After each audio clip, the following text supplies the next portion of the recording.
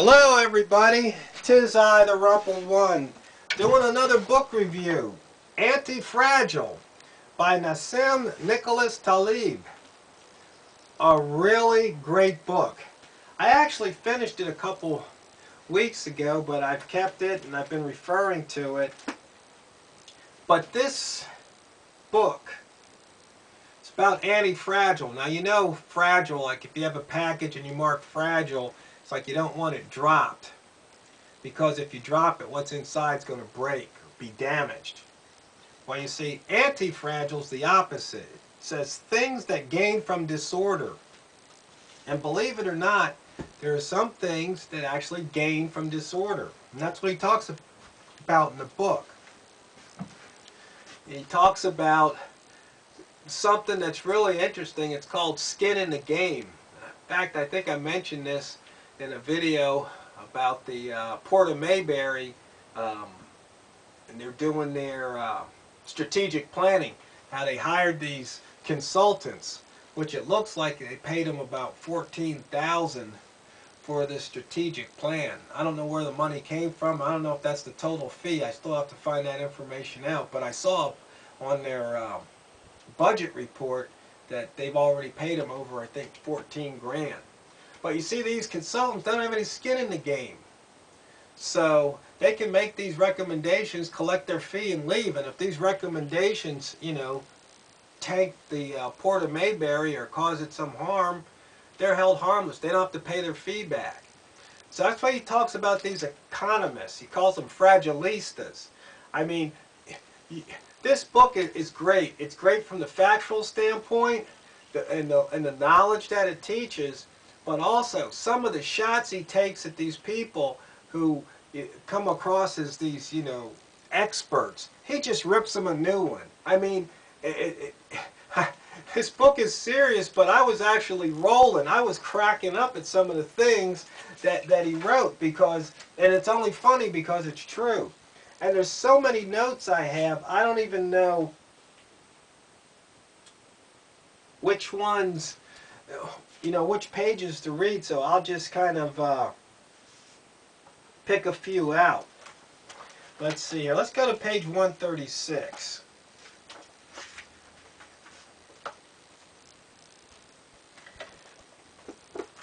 He says, further, after the occurrence of an event, we need to switch the blame from the inability to see an event coming, say a tsunami, an Arabo-Semitic spring or other similar riots, an earthquake, a war, or financial crisis, to the failure to understand anti-fragility, namely, why did we build something so fragile to these types of events? Not seeing a tsunami or an economic event coming is excusable. Building something fragile to them is not. So, if you ponder that, it's not that you can't predict something. You know it might happen, but you go ahead and do something that could fall victim to the event. That's basically just stupid. I mean, because you knew it could happen, so why would you do something that could fall victim to it? Building on in floodplains? Why? That's just stupid. You know it could flood. So that's why I said that he does these things, and it's just great the way he takes shots at these people. And he actually names names. I mean, he's not bashful about it at all, including Nobel Prize winners. Okay, let's see. Let's go to the 200s. So we'll go to page 210.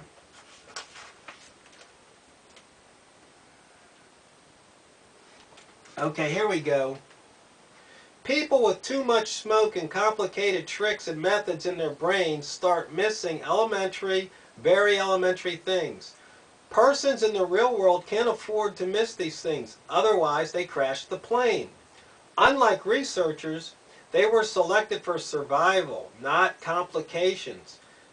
So I saw the less is more in action. The more studies, the less obvious, elementary, but fundamental things become.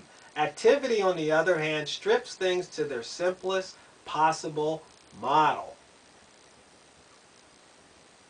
So if you ponder that, you can see how our government makes things very complicated and they miss the elementary things. I mean, Obamacare. How many? 1,500 pages or something? Our tax code, tens of thousands of pages. All this complicated stuff, and it just misses the elementary. But what can you say? These are the kind of things that these people do, trying to look smart and sophisticated, but they seem to lack common sense. Okay, let's go to the 300s. Page 333.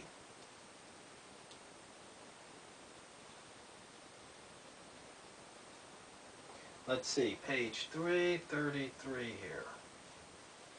Okay, recall the inability we saw in Chapter 2 to learn from past behavior. The problem with lack of recursion in learning, lack of second-order thinking, is as follows. If those delivering some message deemed valuable for the long term have been persecuted in past history, one would expect that there would be a correcting mechanism that intelligent people would end up learning from such historical experience, so those delivering new messages would be greeted with the new understanding in mind. But nothing of the sort takes place. Basically, the messengers are still getting shot. I mean, happens to me a lot, because I'll go to these public meetings, I'll point things out, and I guess one of my nicknames is the Black Agitator, because I just go out there and I stir things up. I go, well, if there was, or they called me a expletive deleted disturber. I go, well, if there wasn't any, crap or crap disturber, if there wasn't any crap in the first place, I couldn't disturb it. I couldn't stir it, So, yeah, I'm a crap stirrer. Until you get rid of the crap, I'm going to stir it up and keep putting it in your face and keep bringing it up. And I'm not going to go away. But you see that? They want to shoot the messenger. They don't want to look at the issue. That happens a lot. Okay, let's go into the 400s here. Page 403. Now, I love this one. Anything one needs to market heavily is necessarily either an inferior product or an evil one. And it is highly unethical to portray something in a more favorable light than it actually is. One may make others aware of the existence of a product, say a new belly dancing belt, but I wonder why people don't realize that, by definition, what is being marketed is necessarily inferior, otherwise it would not be advertised. I mean, ponder that. Think of the consequences. It means everything you see advertised on TV is basically inferior. I remember growing up, Cadillac never advertised on TV. They didn't have to. Everybody knew they were fine automobiles. But that's back in the 60s and 70s. I guess something happened and they started advertising. I mean, lawyers, they weren't even allowed to advertise until the past 10 years or so. Think about it. There's probably some other things too. What else wasn't allowed to advertise or didn't advertise? I mean, when I do those, sometimes I'll read the Time magazine or Sports Illustrated, and I always like to point out the drug ads.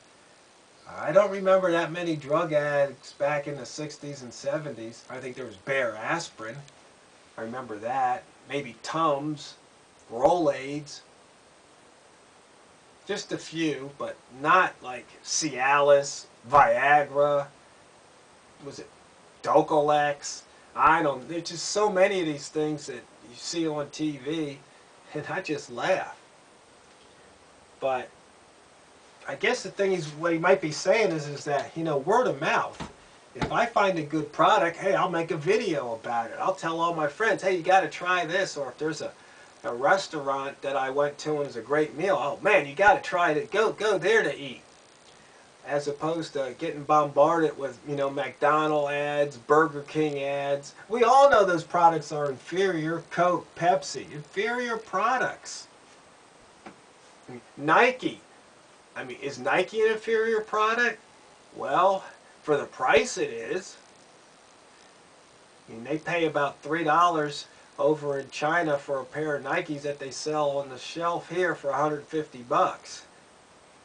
I mean, that goes back to that ghetto physics movie about the pimps and the hoes, because you have to have somebody pimping those shoes like Tiger Woods, so or Michael Jordan, or LeBron James, so people would want to buy them.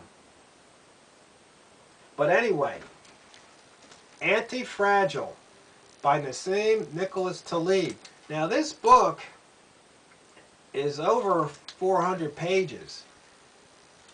It's worth the time and the effort to read it. And you're not going to digest this in just a couple of days. No, you're going to have to read this slowly and ponder it and let some of the things sink in. He's technical in some areas, and he's just basically anecdotal in others. But it is a good read, a very good read. I highly recommend it. In fact, it's a must read, because if you read this book, it is going to increase your understanding of the world around you. And you're going to be able to see things for what they really are, not what the government and others are telling you they are. So, he also has a website and a blog. It's a good book. That's all I can say. I recommend it.